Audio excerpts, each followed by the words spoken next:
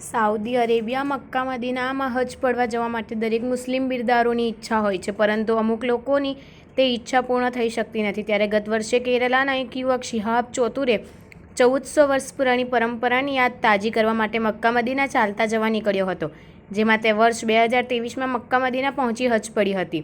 ત્યારે હવે મહારાષ્ટ્ર રાજ્યના પાલઘરના શના અંઝીમ અંસારી તેનો પતિ અઝીમ અંસારી એકસાથે 22 દિવસ પહેલાં મહારાષ્ટ્રથી મક્કા મદીના સુધી પગપાળા હજ યાત્રાએ નીકળ્યા છે. તેઓ આજ રોજ ગુજરાત રાજ્યના ભરૂચ જિલ્લામાં આવી પહોંચતા ભરૂચના મુસ્લિમ બિરદારોએ તેમનું ફૂલોથી સ્વાગત કરી ફૂલહાર પહેરાવી તેમના આ કઠિન સફર માટે શુભેચ્છા પાઠવી હતી. ભરૂચ ખાતે ટૂંકું રોકાણ કરતા શના અંસારીએ જણાવ્યું હતું કે તે અને તેમના પતિ એકસાથે મહારાષ્ટ્રથી મક્કા મદીના સુધી હજ યાત્રાએ નીકળ્યા છે, જેમાં માત્ર મેં જ મદીના સુધી ચાલતા જવાની ઈચ્છા વ્યક્ત કરી છે, પરંતુ તેમાં મારા પતિ અઝીમે પણ મને સાથ આપવા માટે મારી સાથે આવી રહ્યા છે. તેની મને ખુશી છે.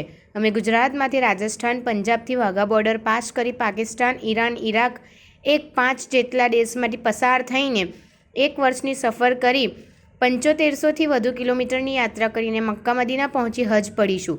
જો કે મને બીજા દેશોમાંથી વિઝા મળી ગયા છે, જ્યારે પાકિસ્તાનમાં વિઝા માટે અરજી કરી છે. अस्सलाम वालेकुम वरहमतुल्लाहि वबरकातुहू। मेरा नाम सना अंसारी है और मैं महाराष्ट्र से पैदल हज करने के लिए निकली हूँ। मुझे निकल के आज 22 दिन हो गए और मेरा ये जो सफ़र है ये 7,500 किलोमीटर का है। इसमें 5 कंट्री है, India, Pakistan, Iran, Iraq, Kuwait, Saudi Arabia. और आज निकल के हमें 22 दिन हो गए और अभी हम भरूच में पहुँचे हैं और भरूच में हमारा माशाल्लाह बहुत अच्छे से स्वागत किया है लोगों ने। तो आप सब दुआ करिए कि 1 साल बाद मैं 2025 की हज कर सकूँ। मैं और मेरे महरम हम दोनों ही 2025 की हज करने के लिए निकले हैं। तो आप सब दुआ करिए कि हमारा सफ़र आसान हो, अल्लाह ताला हमारे सफ़र आसान करे।